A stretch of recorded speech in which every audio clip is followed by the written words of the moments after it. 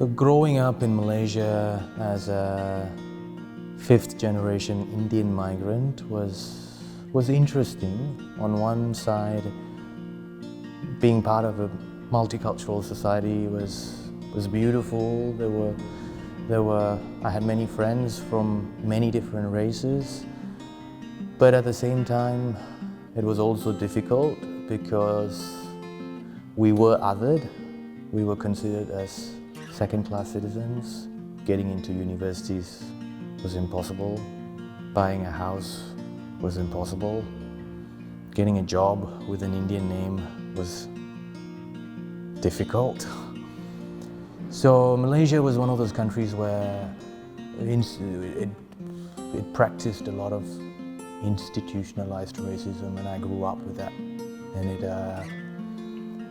it's funny that that was something that I could never talk about back in Malaysia, but it was only after I left Malaysia was when I felt like I had a platform away from my birth country where I could talk about it, and I can rediscover my roots and my identity and somehow find some form of reconciliation between my queer identity, my family history, and my country of birth. It was such a confusing time as well. The 90s was such a confusing time. There were no resources around queer identity. I couldn't talk about this to my family. I couldn't talk about this to my friends. It was quite a lonely time, I would say. But interestingly enough, I did find some queer affirmation through the Indian culture, which was something that I thought wouldn't happen, which was really interesting because Malaysia is predominantly a Muslim country, and unfortunately it was also very deeply homophobic. My family was not blatantly homophobic, but there was no space for me to safely come out either. And I'm talking about my mom's generation, my dad's generation. They had a very post-colonial thinking, I would say, very whitewashed. But strangely enough, my grandmother was very accepting. My grandmother still held on to her old traditional Indian roots. In a lot of ways, that's why today's cooking was also important to me, because it was one of those food that she used to cook.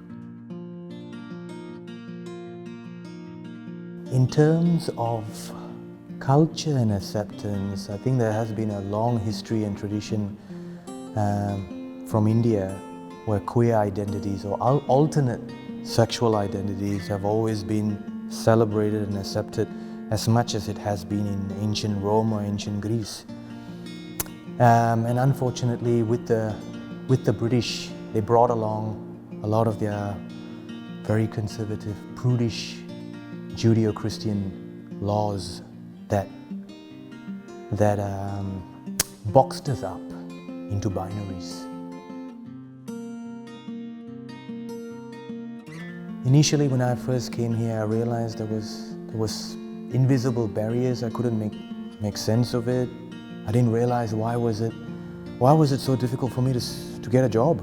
And I would put out 150 applications and I wouldn't get one reply. My ex-partner and I will go to the club and we'll be at the bar and we would be like, oh, this must be like Malaysia, everyone should be friendly.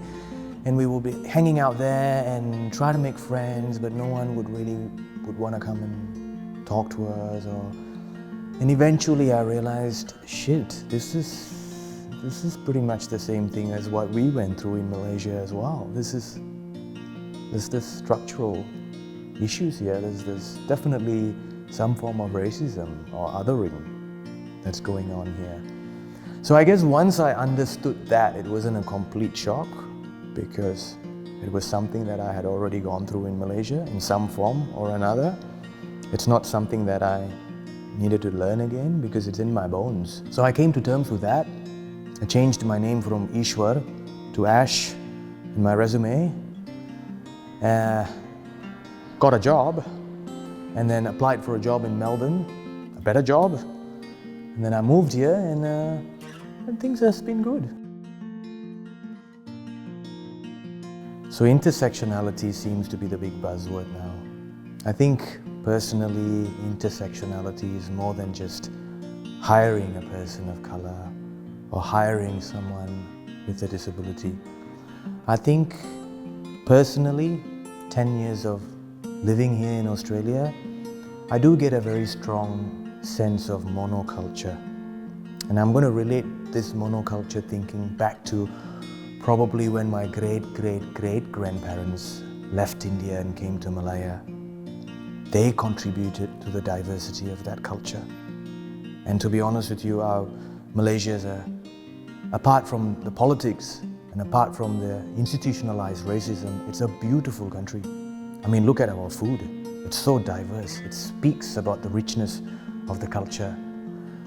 And I think that's what I would like to see here in Australia. Not just tick boxes and hire us because we are people of color. Include our thinking as well, because there's a lot of richness there. There's a lot of history there. There's a lot of diversity there. I think any culture that thinks one way is not rich.